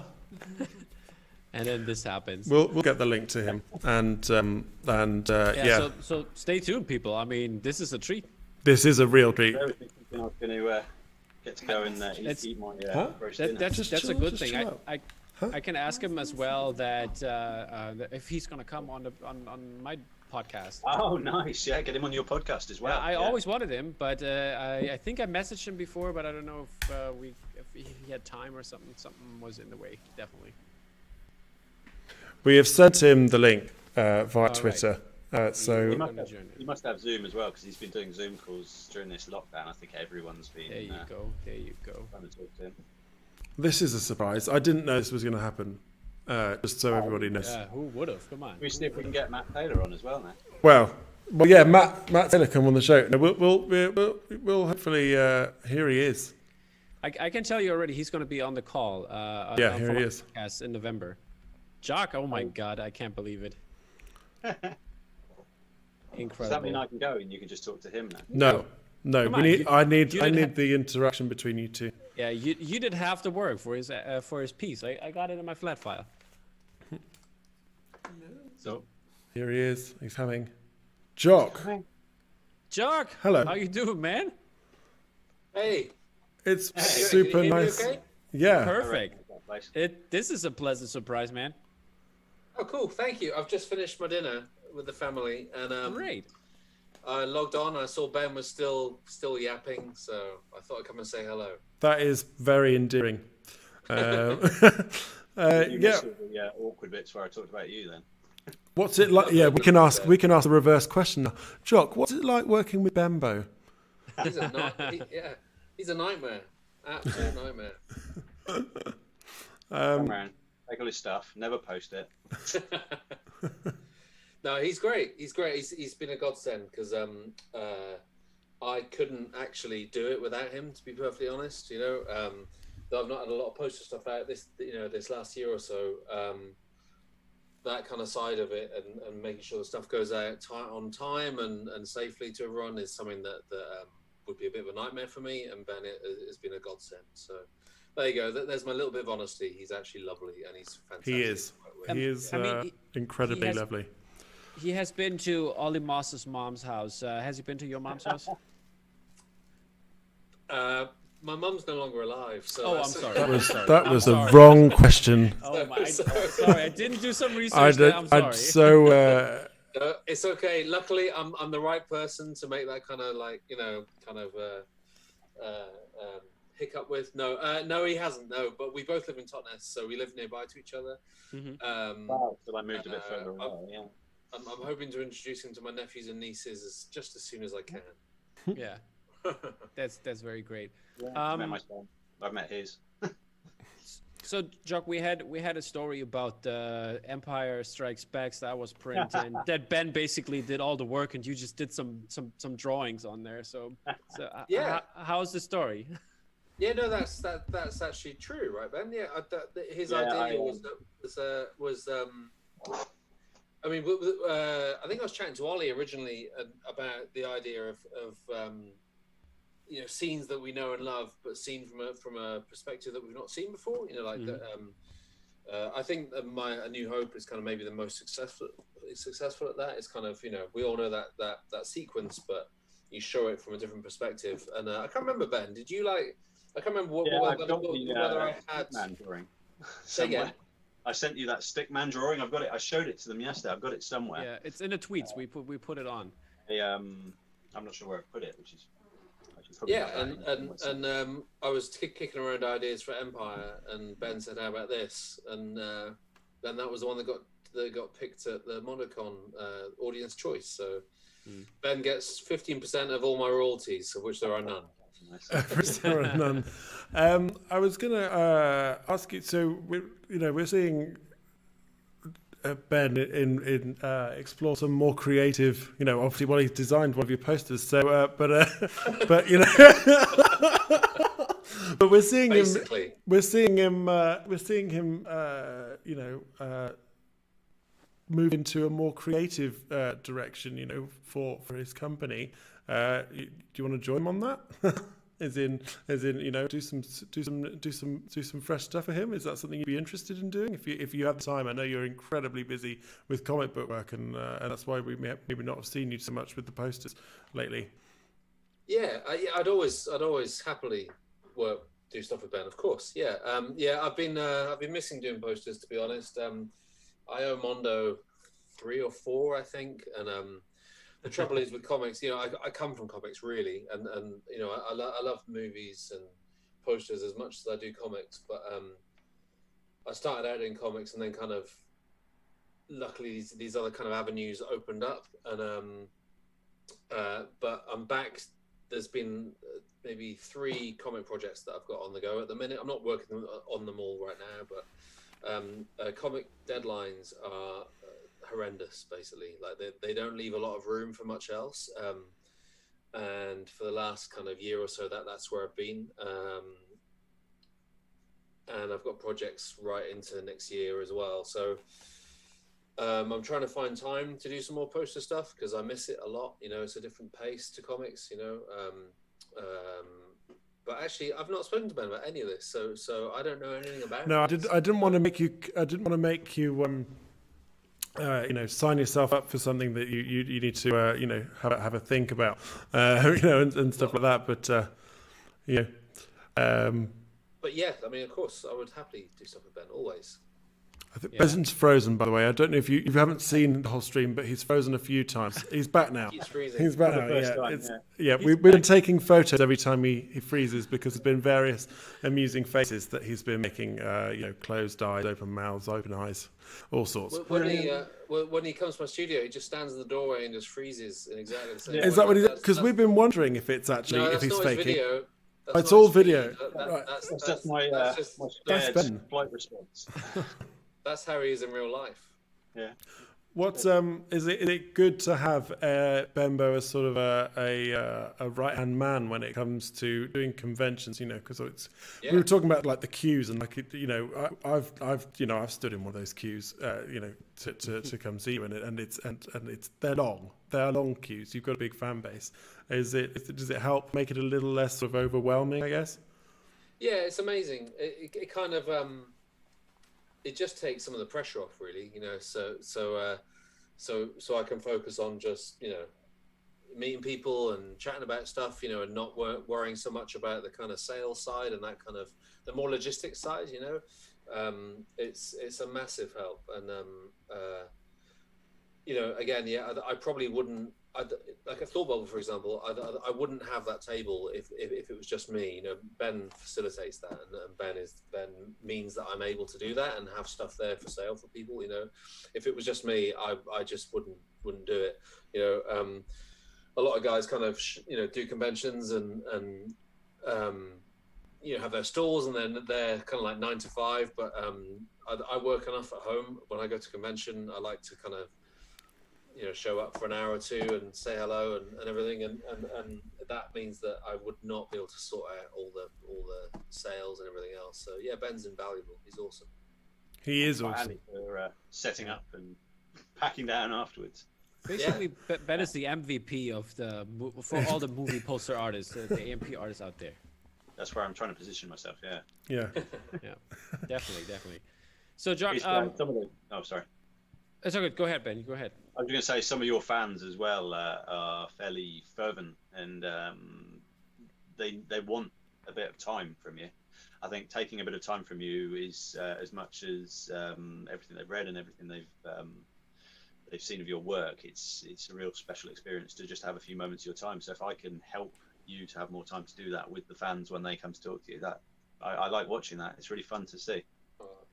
You've had people come up who were shaking like a leaf because they get to meet you, which I think take us both by surprise. Yeah, it takes me by surprise, massively by surprise, because like, why would anyone, you know? But anyway, but yeah, no, it's lovely, and I really appreciate, you've helping with that. So yeah, thank you. There you go. A public thank you to Ben. It's really nice to have you, you know, because obviously it's great to have you here, and we'd love to have you back and to do a conversation with you, you know, about your work and stuff. But to have you in this context to talk about Ben it's just very sweet, you know. He's very sweet too, so it's well deserved. Jock, there was a question from the audience here. What should we look out for? What is going to come next from your end? So I'm doing a new creator-owned comic book series with a writer, a good friend, a writer that we've talked about doing this series since before Witches. I don't know how familiar you guys are with my comic stuff, but I've got one in 2016. Yeah, people are asking where's that second series already. Yeah, okay, so, well, we did do a Halloween special a couple of years ago, by the way, but, I've got a new creator-owned series, and the scripts were written before I worked on Witches, so I really had to get to these scripts. Mm-hmm. And me and Scott are working on the second series right now. There's been developments with the media, with the adaptation of Witches 2, which me and Scott are much more heavily involved with this time around. We've just signed contracts on that, so that's gonna kick in the end of this year as well, and then next year I'm writing and drawing something for that's not creator owned, that's a company book that I'm massively excited about. So to answer the question, really, actually probably in about maybe next month, October, there'll be announcements about the new creator owned book, which I'm really excited about. We're doing it with a new distributor publisher, and they've got it's really cool. They've got really big plans about how to kind of put it out there. So yeah, probably about next month you'll hear some more. Okay, that sounds very good. I'm going to ask public here as well, so people see, because I wanted you to come on my Dropcast movie poster podcast. Is that possible in the future? Sure. Yeah. All right, I shoot you an email. Do it. You heard it first. Have we got some comments? No, I was going to ask if we got some. As I say, we'd love to have you on. We're all just trying to get Jock's time. No, it'd be great to have a proper conversation with you. But I'm just asking if there are other people there are questions. People. Yeah, there's a great question. Jock, do you know that Ben is going around signing your prints with a nice fat Sharpie rather than Yeah. It's when they come up to me and say, "Hi, Jock, it's lovely to meet you. Can you sign this for me? Or can you do me a sketch?" I mean, we have considered that as an option, so then I can just be in the bar for the whole convention rather than just, and Ben can just pretend to be me. Just practice that signature. It's since you lost the extra letters in it, it made it more easy for me to copy. Yeah. Yeah, a little bit more fluid. That's the one. Yeah. That's the one. I'll practice then. I'll get on it. Ben, what do you do, like when you're at conventions and the convention time is over, and do you hang around with Jock, or is it too annoying? Yeah, a bit of both. Bit of both. No, it's lovely to spend some time with Jock, but it's also, I mean, MondoCon, for example. MondoCon and Thought Bubble. I've got a lot of friends in the community, and they are a time when we can actually meet up. You know, we're all virtual and all over the world, so I do spend a lot of time meeting up and hanging out with people who I wouldn't otherwise get to see as well. Whereas Jock lives around the corner, so he's got a lot of friends over at Mondo who he's hooking up with as well. We bounce back and forth, I think. When you say around the corner, do you mean is it literally around the corner? I've moved further away. He literally used to be like about 3 minutes drive from my house. Blimey. But I've moved further for love. For love. Well, he was trying to get away from me, to be honest. Yeah. He's like, yeah. He's like, for love, yeah.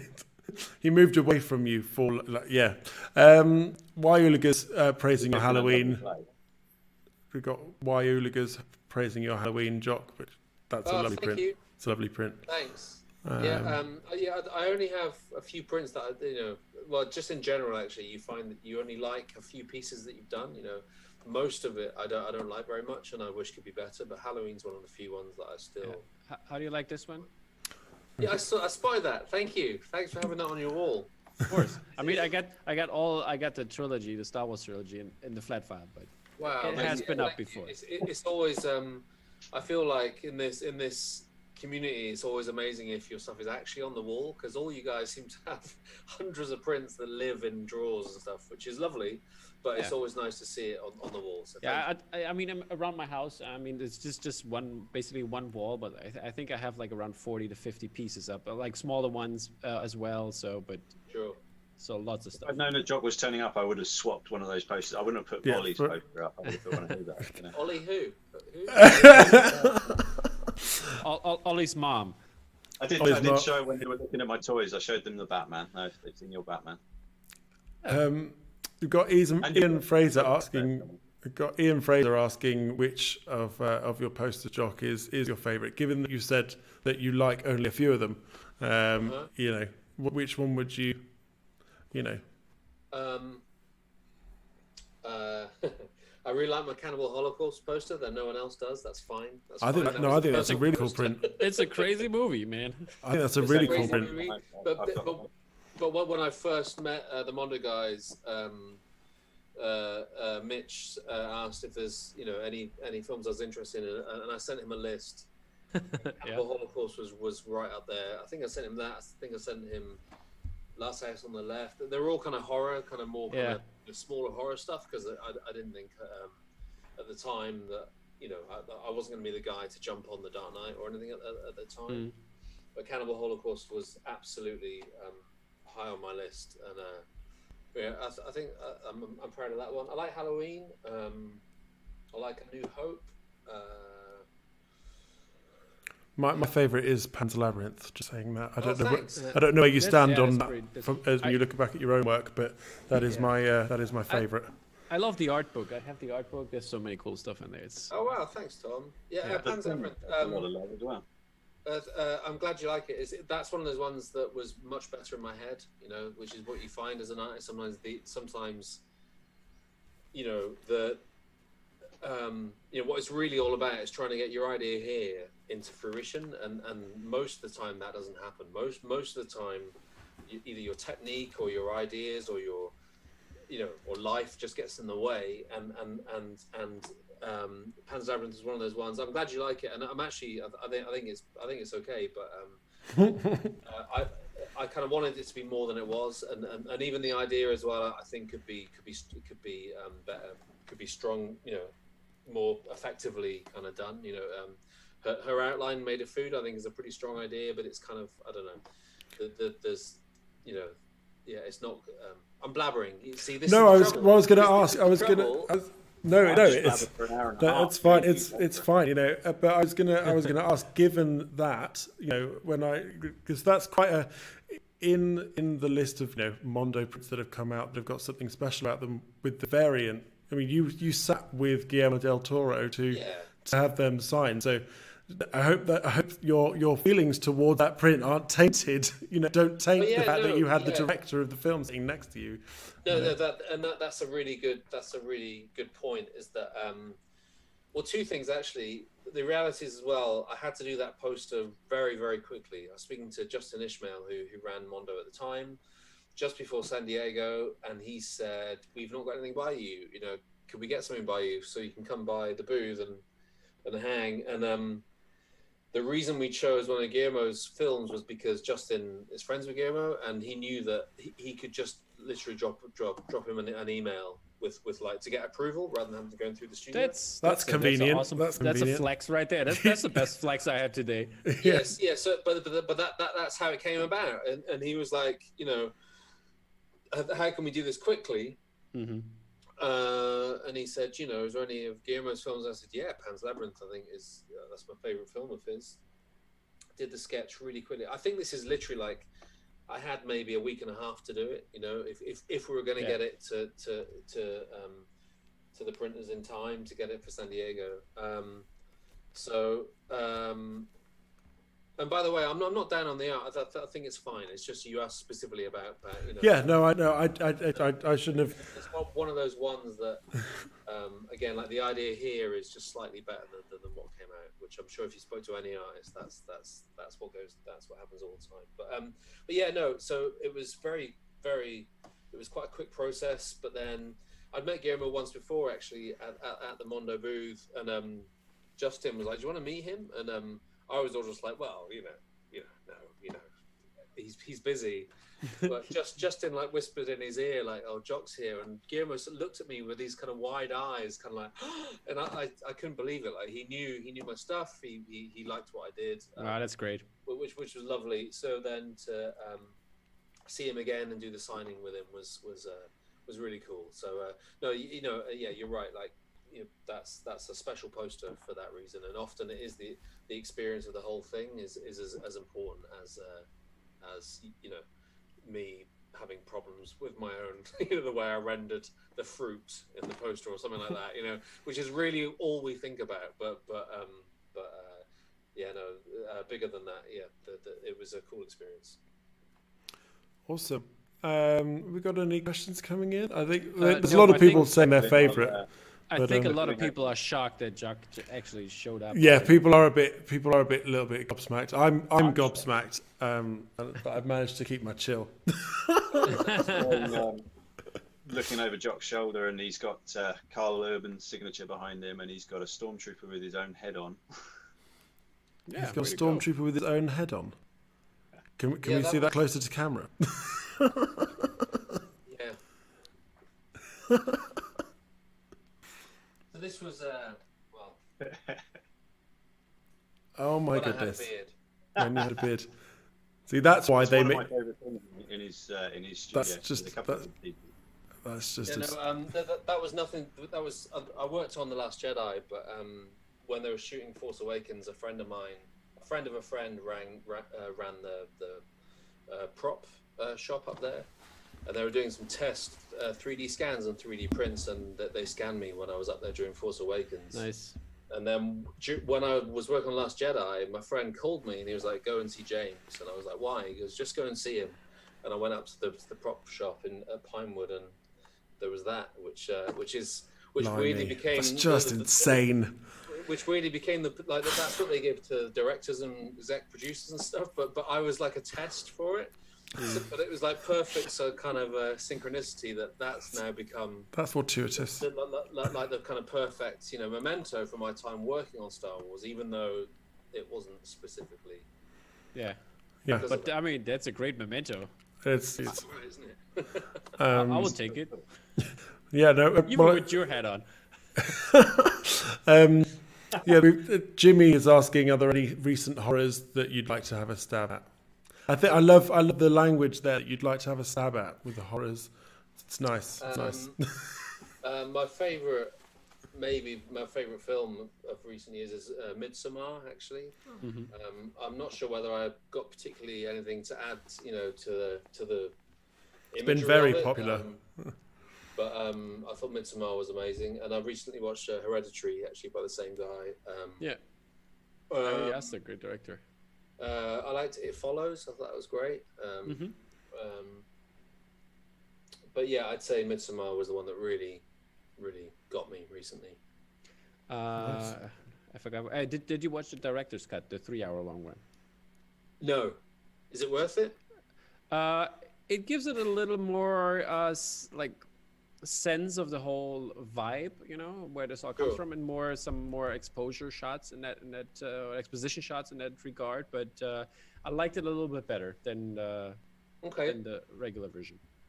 I'll check it out. I mean, that was, to me, that's I mean, beautiful. Florence Pugh is amazing in it, so yeah, I loved her. Yeah.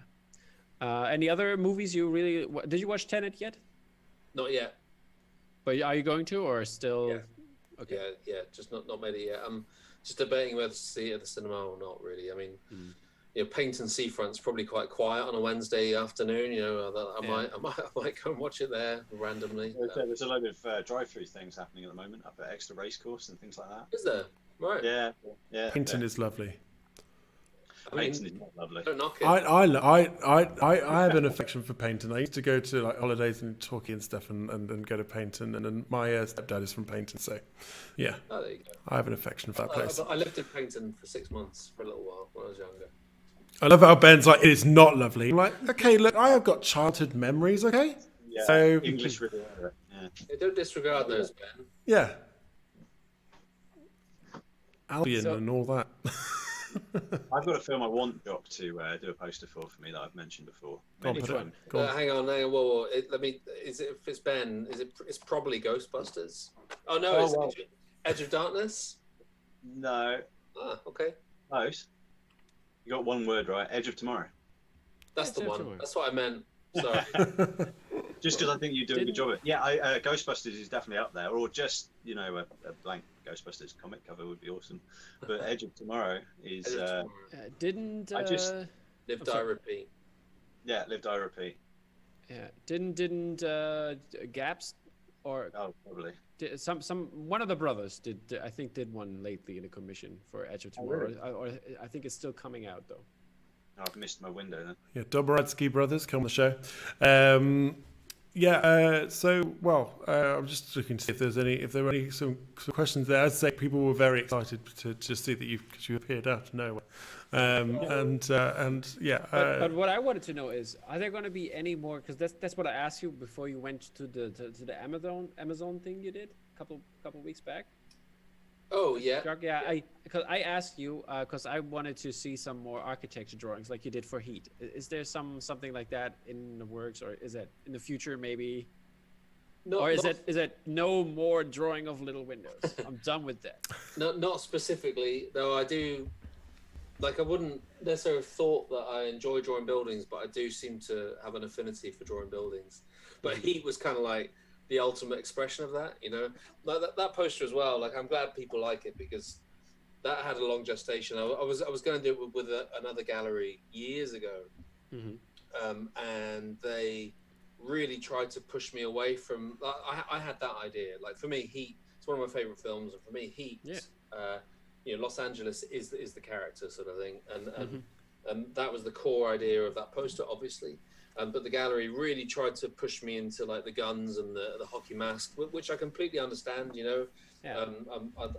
I guess I'm sort of known for, kinetic sort of comic work, the losers and everything, guns and everything else. That I get why, the first idea you think of might be that I do that stuff. But for me, the kind of Heat's kind of deeper than that. Heat's kind of, it's about the city and it's about the subtleties. Even though it's a crime drama, it's about the characters and the interrelationship, and that's all tied into where they are and the place and the city and everything else. So so I kind of went quite far down the route of coming up with a whole nother design, and I got near finished art, but I sort of hated it. But this was quite a few years ago, so I kind of wasn't kind of I don't want to say like confident enough, but I just thought I should try and honor what they were commissioning of me, which is what you should do, when you're a hired illustrator for sure. But of course, with posters, as we all know, what's special about posters is the really good posters kind of are about the artist's idea, like the artist's take on this thing. Yeah.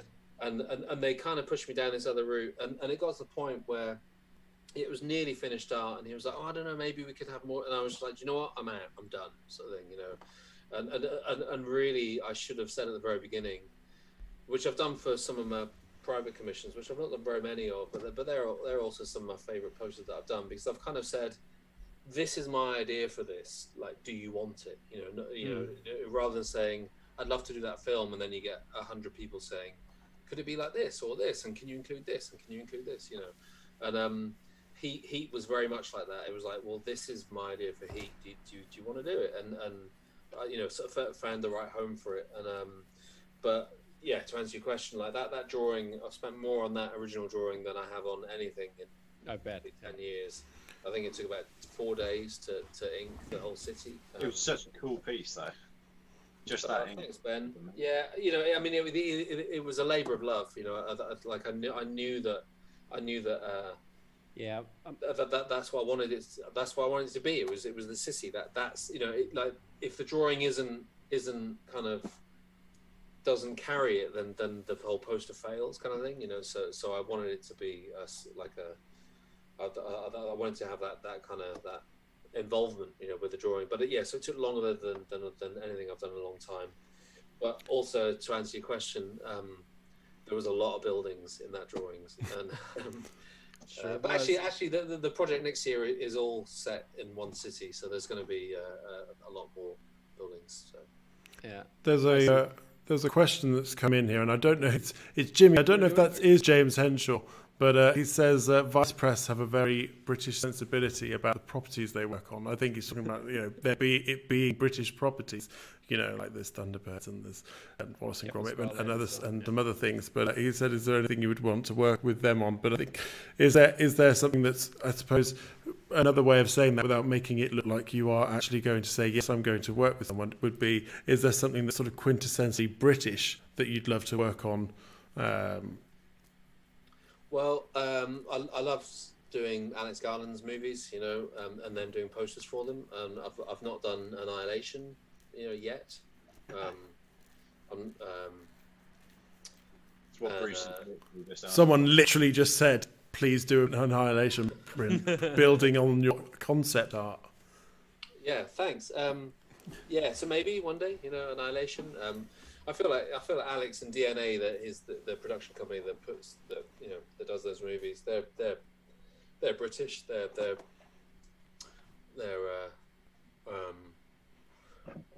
that answers the question, is what I'm saying. Okay, yeah, that's fine. That's fine. Oh, actually, no. My favorite film of all time is Gregory's Girl, so I'd love to do Gregory's Girl. Gregory's Girl. You heard it here first. No one is going to be interested in that poster. And like literally, it's going to we're going to sell less than Cannibal Holocaust of Gregory's Girl, but it'll make me very happy. For me. So next year AMPjam, Gregory's Girl. Yes, we'll make it happen between. So Uniquely Geekly releases Gregory's Girl, Jock, AMPjam exclusive, 2021. Smash hit. Smash hit. Is that? But that raises an interesting question. And hopefully, it's not one that that is too involved. But when it comes to prints, obviously there are certain properties that will help sell a piece of art, if you get what I mean. So obviously there's something you'd love to do there, Gregory's Girl, but because of the following of the movie, it's like that difference between, are you an art collector or is it about the fit? You know what I mean? It's this. So Sure. Is there a frustration there? There are things that you'd love to do, but you're like, well, commercially people aren't going to sort of. But you think commercially people aren't going to be sort of. I mean, it's a really good question, and it's something I think, not to get too kind of pretentious about it, but as an artist, you're constantly balancing that. Really, you're constantly balancing. I mean, you're doing comics. Luckily, I've been able to kind of keep a sense of identity with the way that I draw things, and I've tried to carry that over to posters and the film work as well. It's a balancing act all the time. I think if you just take something on for mercenary reasons, the work tends to be not as good, and so you shot yourself in the foot. You think it's going to get you more money or whatever it is you're hoping for, more sales, whatever it is. Mm-hmm. And obviously that's a part of it. Obviously, there is a transaction going on with posters and also between the artist and the distributor or whatever. But I mean, there's no easy answer really. I try and balance both really. I like, funny enough, talking about Guillermo del Toro. There's a famous quote of his that's like, I do one for myself and one for the studio, one for myself and one for the studio. Mm. And that's a nice, that feels like a nice level to me, because you can, what that means on a sort of practical level, I think, is that you can, and again, I'm talking about comics as well as posters here, but you can kind of, you can manage your sort of, your for want of a better word, sort of profile, I guess, you know, but also keep your sense of yourself and the stuff that you really want to do and the things that made you want to do this in the first place, which I think is the stuff that we all actually look for, you know. That's the stuff that we all like in artists, is really kind of their you know, their kind of their whatever it is, their take on things. Their essence. So it's a balancing act, and I haven't really taken anything on just thinking that'll sell, you know. And equally, I've never not done something because I thought that won't sell, you know. I try and follow just how I feel about each project as it comes along and act accordingly, you know. So Gregory's Girl, you heard it here first. Gregory's Girl, yeah. It's going to happen. You know, Gregory's Girl. I mean, maybe I self-publish and I foot the bill of thousands of pounds, you know, and 2 people buy it from Thought Bubble, but you know what? Those 2 people are going to love it. I mean, the most appreciated people are the ones that come up and buy your Cannibal Holocaust. Listen, they get. Yeah, I'm always so happy when someone buys that. And it's funny how some of your stuff doesn't, like, I mean, some of it's got commercial appeal, like the Guardian's print hasn't been as widely sold as some of your other pieces, but it's a big property and it's a cool take on it. But you didn't go into that sort of picturing, well, I don't know what I'm trying to say really, but you just took it on and did it and produced what you wanted to do, and you did your take on it, and it's a cool thing. But because you know, especially the Marvel stuff's a really good example, a really good kind of example, I guess, of what you're asking. You know, it would be kind of easy to think that you're supposed to do it a certain way, that it should be kind of all singing, all dancing with all the bells on, kind of thing. You know, you know, but I think there's another way. It's actually something that Matt does so well, is that his are all singing, all dancing with bells on, but they're still uniquely his, you know, which I think is beautiful. I think that's what makes the stuff really amazing. But yeah, for me, I kind of wanted to make it more like a 70s crime sort of movie post. You know what I mean? Like you can play around with it, you know, in a different way with posters and with comics as well. You know, when it's not specifically actual kind of, you know, stuff for the campaign or stuff for the studio, you know, the world we live in, and it allows you just to play around with it a little bit more, and you know, and sometimes it's successful and sometimes it's not as successful, but yeah, there's something cool in kind of just like subverting a property a little bit, or just taking something and doing something hopefully interesting with it, you know. That was a really cool question, by the way. Ben, I'm just starting to think that maybe one of the things that we should try and facilitate is Bembo interviewing Jock. Ben, if you could, the questions I never get around to asking him. Yeah, all of them in public, so he feels some kind of compulsion to. Too busy numbering prints at the last minute and dragging stuff out of flat files. Why do you always? Incidentally, on that Guardians piece, though, one of the things that surprised me so much when I actually saw it in person was it was on yellow paper. It was on yellow paper. I couldn't believe it. It looks like, especially from the JPEG, because it's got a white border, right? Like, it's a printed white border. It's on yellow paper, and it's just like, somehow when it's in your hand, it just brings. I think that's just part of the magic of the medium, isn't it? I was saying to Gareth the other day when we were doing our little rehearsal, I was talking about. I think I was talking to you about it. Some of your prints, like the. Am I right in saying that the Ex Machina has that little red dot on it, and it's the only screen for that one? Yeah. Yeah. And one red dot on her body, and the same with the Joker print. Yeah. Joker is just a few green wisps of just like 4 lines, and Steve at the printers was just like, there's some green on this, should we just leave that off? And I was like, no, it's a deal breaker. I want that extra screen. Yeah. I mean, Jasper was talking about the fact that he got you to do some green hair on his version. Yeah, that's right. Yeah. And I think that's what brought that up. I love that, just one screen for just that little element, but it's like on the really Ex Machina is a great poster, but that little dot that made it. It was. Yeah. No, but yeah, I know. But there's a piece by Daniel Danger. Is it stopped being about with the house with the couple standing atop atop this house with all the trees, and it's like a 13-layer screen print, and the last layer is the color of a jumper, and it's like this big on the whole print. It's like a massive print. Absolutely correct, and I'm behind Daniel 100% on that choice. But it pops. I think that's part of the thing. If you do make a decision like that, yes, okay, it might be costly in terms of process just to add that extra screen in some way, shape, or form, but it can, it can be it can provide a real focal point, just that one color that's different to all the others. That's a tiny moment. Another great question. Yeah, Bembo, I'm gonna want you to interview Doc, if I can make that happen. Okay. Just Jock or anyone else? Well, no, I'm saying, but I'm like, it'd be great to. We'll talk more off screen. I'll send you some messages. But, more work. Yeah. You know what? I am the work. I don't know.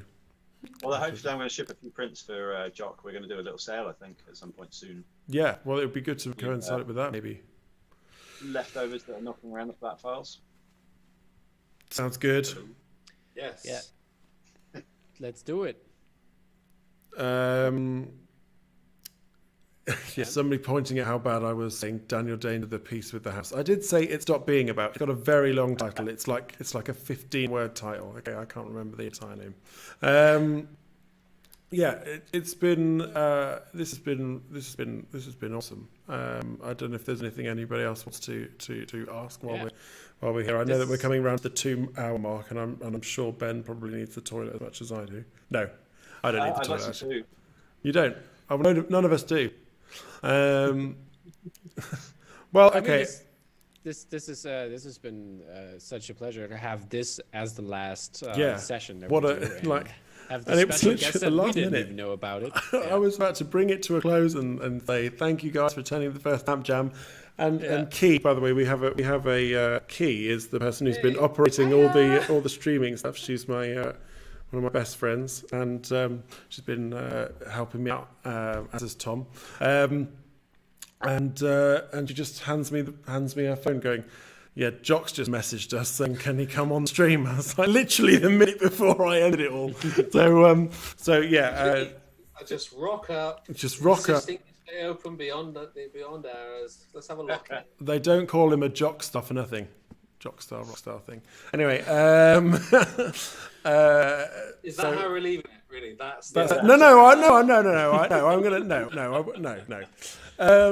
No, but thank you, Jock, for coming on. And as I say, it's very Thanks for having me.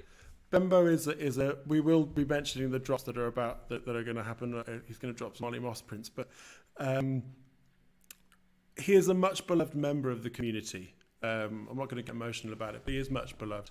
For some reason. And so to have to have you come on at that last minute to showing your support basically for Ben is great. It's it's a nice.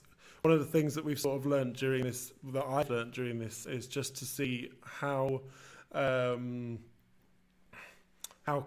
generous the community can sort of be, especially within the artist communities and in what we're seeing in the comments and stuff. It's been really just nice. It's just been nice, and it's nice to have you all here.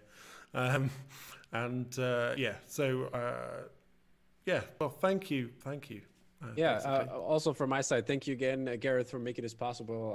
I love to be here and help you out with all this stuff. And thank you, Jock, for coming on short notice. Ben, great job with Uniquely Geekly and helping out this community. I told you that earlier, and what it means to us, what you do. And thank you for all the viewers this weekend. It's been such a pleasure having you around and having this community feeling that Gareth wanted to do in the beginning this 2 days, and I think we got that across. And thanks to Chris and Darren for making this beautiful quiz happen, and it's been lots of fun. There's going to be an announcement in the next couple of days, or maybe even later tonight. I might make it now. I'll do like a sign off, and maybe we'll do the quiz. I think I hadn't seen the comments when you started to, and I was like, I haven't seen it yet, and I don't know what's happening, so I was just a bit anxious. That was all. all good. Don't worry. I guess. Guys, sorry. No, I think you you guys go. have built, you've given yourself a really good something to build on. I think it's been a great weekend. Everybody, as I said to you earlier on, everyone's said nice things and everyone's enjoyed themselves. And it might not have been as polished as it could have been in some places, but you've learned a lot. And I think you've given yourself a really nice foundation to build on. Next year should be really fun. Yeah. Well, thank you, man. And as Tom, pardon? Yeah. If you can face it again. No, I can face it again. I've been, it's been hundreds of hours of work, and I messaged a bunch of artists and Bembo, who is also an artist in his own right because he designed Jock's poster for Empire Strikes Back. I messaged a load of artists in May. And it was clear that that physical conventions weren't going to happen this year, and I thought that was a huge shame, both for the artists and the fans. And I messaged them going, "Look, I think I could do something. Do you want to do this?" And people said yes within a day. I had most of the artists, like 90% of the artists that we've seen, said yes. And then I spent June and July petrified of my own idea, and then and then basically we've managed to make it happen in effectively. I mean, obviously had the yeses, but 3 weeks. We've managed to do all the planning, and I've got so many people that I should thank, including obviously all the artists. If I named them all now, I'm very tired. But I would like to really thank my creative director from my work, Andy Roberts, who's done all the design work, and I think that's been a big part of us being taken seriously. Having a visual identity that there is. By the way, the design is meant to look like posters, so everybody knows rolled up posters. But that design stuff, Benbow style. Yes. Having help from him, and he did it as a favor, and I'm going to help him with some stuff. So that was trying to do things on shoestring, and having Key so many days again. There she is. She's been amazing. Key, you've been great. Thank you. She's amazing. She's an artist in her own right, and hopefully we'll see more of her in the groups. My directors have returned the office. We've got like so many screens up to make this all happen, and Chris and Darren obviously doing the quiz and getting incredibly fucking drunk while doing the quiz. It was ridiculous. 3 hours of madness, and thank you, Dropcast Tom, Dizzy. Sure thing, always. For there's stuff in the future coming soon. We heard Jock is going to come on the podcast. Other cool stuff is happening in between the next AMPjam and now. And as I mentioned in the chat earlier, we're going to do some roundup of the year, best posters, March Madness style bracket system that I'm going to figure out in October how we're going to do that. And yeah, looking forward for all the cool stuff. So shall I do the quiz winners? I think I'll do the quiz winners. Just do the winners. We announced Ben came in third place. So yeah, that helped. The poster rolling helped, I heard. So first, Jock, I'd say you want to see the quiz. You don't want to see the quiz. It was Chris. It was two people getting incredibly drunk. Singing out of tune and stuff. It was horrific, but also brilliant. Yeah. And so first place for the quiz is. Oh, go behind. Like we had third place. Okay. Sorry. I'm so overwhelmed. Okay. So third place was actually Bembo. Yeah.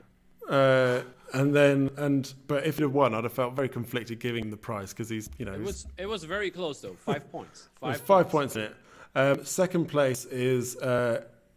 I'm going to have to say this name. Kevin Costner Bum Fun was a team name. Yeah, exactly. and that's Gary Vince. So he's won second place. So that is so Matt Ferguson donated some APs of his Empire Strikes Back poster. So he gets a reg of that, and then Danish Ferg Stalker, maybe Danish Ferg Stalker. We'll find you. Adam Pedersen, who got what number? How many? Oh, that was last place. So that's last place. Yeah, So 13 of 80. There's something special planned for that. This is a complete mess, and Jock is having to watch this. Sorry, Jock. Please don't remember this. Forget the past 3 minutes. That'd be great. First place is 66 with 66 out of 80 is Zombie Rulers. Killers. Zombie killers, including a suspicious 10 of 10 in the run size round, but everything was checked. Seemed legit, so somebody knows it's cheapers. So you get a variant of the Empire Strikes Back. So yeah, there will be more AMPjam stuff. We will do something we will do another one of these this time next year, but they'll also be doing other stuff between now and then. Thank you everybody for watching. I'm not going to cry. It's been a lot of work. I'm very tired. I'm going to try not to cry. It's just been, it's been a lot. It's been a lot. Gareth, you did it. I did it. I can't believe it actually happened. I can't believe it happened. I really can't believe it happened. A lot of work, a lot of fun, and thank you to all the artists that came on. Thank you again to all the people that made this happen and cheered us on, to kept us going with the enthusiasm and fun and motivation. You came in and had asked those questions. Thank you so much again. Yeah, hugs are all deserved all around. And yeah, this is it. We're signing off. Gareth, thank you again. And yeah, see you next year, the latest. See you next year. Bye, guys. Bye, guys. Bye. Bye. See you guys. Bye.